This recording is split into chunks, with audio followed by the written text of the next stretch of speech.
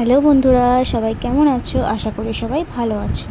আজ আমি আরেকটা রেসিপি নিয়ে চলে এসেছি। আজ আমি দেখাবো মোচা চিংড়ির রেসিপি। চলো দেখা যাক।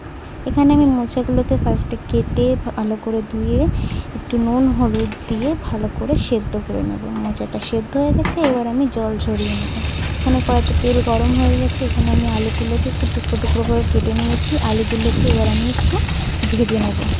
আলুগুলো আমার ভাজা হয়ে গেছে, এবার আমি আলুগুলো তুলে নেব। ওই তেলের মধ্যেই আমি গোটা জিরে ফোড়ন দিয়ে দিয়েছি। এবার আমি দিয়ে দেবো মশলা বাটা। এই মশলায় আছে আদা, রসুন, পেঁয়াজ, লঙ্কা, টমেটো পেস্ট করা। এতে আমি দিলাম স্বাদ মতো নুন, হলুদ, জিরে গুঁড়ো দেবো, পরিমাণ লঙ্কার গুঁড়ো দিয়ে এবার আমি মশলাটাকে ভালো করে কষিয়ে নেব।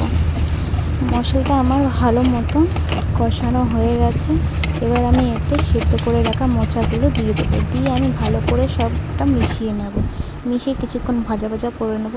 মোটামুটি ভাজা হয়ে এসছে। এবার আমি ভেজে রাখা আলু ও আগে থেকে ভেজে রাখা চিংড়ি মাছগুলো দিয়ে দেবো। দিয়ে আমি সব ভালো করে মিশিয়ে আরও কিছুক্ষণ ভেজে নেব।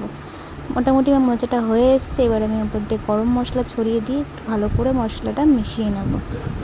গরম মশলাটা ভালো করে মিশিয়ে নিয়ে তৈরি হয়ে গেছে আমার মোচা চিংড়ি রেসিপি। এবার আমি এটা নামিয়ে নেব। ভিডিওটি কেমন লাগলো অবশ্যই কমেন্ট করে জানাবে। সবাই ভালো থাকবেন, সুস্থ থাকবেন। ধন্যবাদ ভিডিওটি দেখার জন্য।